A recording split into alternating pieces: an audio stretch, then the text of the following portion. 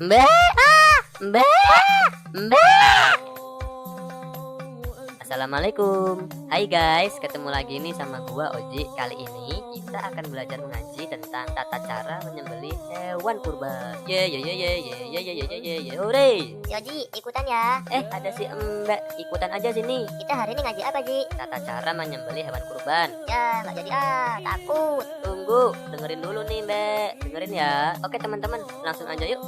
Tata cara menyembelih hewan kurban. Pertama, menggunakan pisau yang tajam. Semakin tajam pisaunya, maka akan semakin baik. Hal ini telah didasarkan oleh hadis Syaddad bin Aus radhiyallahu anhu. Nabi sallallahu alaihi wasallam berkata, sesungguhnya Allah Subhanahu wa taala mewajibkan melakukan ihsan dalam segala macam hal. Apabila kalian membunuh, maka bunuhlah secara ihsan. Dan jika kalian menyembelih, maka sembelihlah secara ihsan. Hendaknya kalian mempertajam pisau dan menyenangkan sembelihnya. Hadis riwayat Muslim. 2. Sebaiknya tidak mengasah pisau yang akan digunakan untuk menyembelih di hadapan hewan yang akan disembelih. Hal ini dapat membuat hewan yang akan disembelih itu merasa takut sebelum disembelih. Rasulullah Shallallahu Alaihi Wasallam memerintahkan agar mengasah pisau tanpa memperlihatkan kepada hewan. Hadits riwayat Ahmad dan Ibnu Majah. 3. Menghadapkan hewan ke arah kiblat saat membaringkan hewan kurban di atas lambung sisi kiri. 5. Menginjakan kaki pada bagian leher hewan. 6. Membaca basmalah tidak akan menyembelih. 7. Membaca takbir. 8. Menyebutkan nama orang yang akan menjadi tujuan hewan kurban tersebut. 9. Menyembelih dengan cepat supaya meringankan apa yang sedang dialami oleh hewan kurban. 10. Memastikan pada bagian kerongkongan, tenggorokan, atau dua urat leher itu telah terpotong dengan pasti. Yang terakhir, dilarang mematahkan leher hewan sebelum hewan tersebut benar-benar mati. Oke, begitulah cara menyembelih hewan kurban teman-teman. Ya, si Mbak pergi teman-teman. Ya udahlah, makasih teman-teman udah ngaji bareng Oji. Assalamualaikum. Bye. Assalamualaikum warahmatullahi wabarakatuh. Perkenalkan, nama Ibu Dina Bika Kurniati. Di sini Ibu menggantikan Pak Nova yang kebetulan sedang ada tugas di luar kota beberapa bulan. Nah, di sini Ibu akan mengajar materi tata cara penyembelihan hewan kurban. Tapi sebelumnya di sini Ibu akan sedikit mengulas materi kemarin, yaitu tentang kurban. Apa sih kurban itu? Kurban adalah penyembelihan hewan pada Idul Adha dengan tujuan melaksanakan sunnah Rasulullah. Terus pelaksananya kapan? Nah, pelaksananya itu pada hari raya Idul Adha tanggal 10 Dzulhijjah dan hari tasyrik, yaitu pada tanggal 11, 12, dan 13 Dzulhijjah. Terus siapa saja sih orang yang wajib untuk berkurban? Nah, orang yang wajib untuk berkurban dia adalah yang pertama Islam. Dia harus beragama Islam. Yang kedua, dia sudah balik. Jadi kalau untuk anak-anak dia belum wajib untuk berkurban. Terus yang ketiga, dia juga harus berakal. Nah, untuk orang gila itu tidak diwajibkan untuk berkurban. Terus yang terakhir adalah dia itu mampu untuk berkurban, seperti itu. Nah, apa sih bagaimana ketentuan seorang hewan sudah dikatakan bahwa dia itu layak untuk disembelih? Nah, untuk masalah itu, untuk domba itu dia harus mencapai usia minimalnya itu 1 tahun atau giginya itu sudah berganti, seperti itu. Kalau untuk kambing, sapi, dan kerbau usianya itu mencapai 2 tahun atau lebih.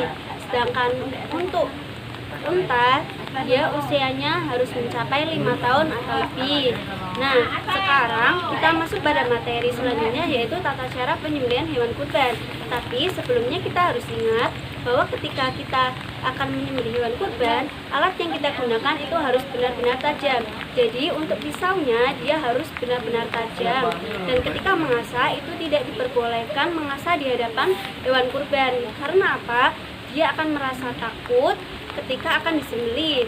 Nah, untuk itu kita langsung saja praktek untuk menyembelih hewan kurbannya. Sebelumnya Ibu meminta maaf karena kebetulan di rumah Ibu tidak ada boneka atau alat peraga kambing atau sapi. Nah, kebetulan adanya kucing. Jadi Ibu mohon maaf dan anggap saja ini sebagai kambing.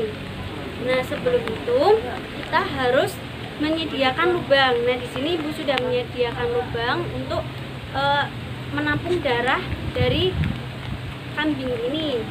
Selanjutnya selanjutnya kita hadapkan kambing ini ke arah kiblat. Setelah itu letakkan juga lambung kirinya itu di bawah. Kenapa? Karena itu untuk mencegah kotorannya keluar ketika disembelih, seperti itu. Setelah itu kita pegang kepalanya. Lalu sebelum kita menyembelih, kita harus berniat terlebih dahulu, yaitu dengan membaca basmalah, bismillahirrahmanirrahim, Allahumma sholli ala sayyidina Muhammad wa ala ali sayyidina Muhammad. Terus kita membaca takbir sebanyak 3 kali. Allahu akbar, Allahu akbar, Allahu akbar, la ilaha illallah, Allahu akbar, Allahu akbar, walillahil hamd. Nah, setelah itu ketika kita menyembelih itu kita harus memastikan 3 saluran dalam hewan tersebut benar-benar terpotong. Apa saja sih 3 saluran itu?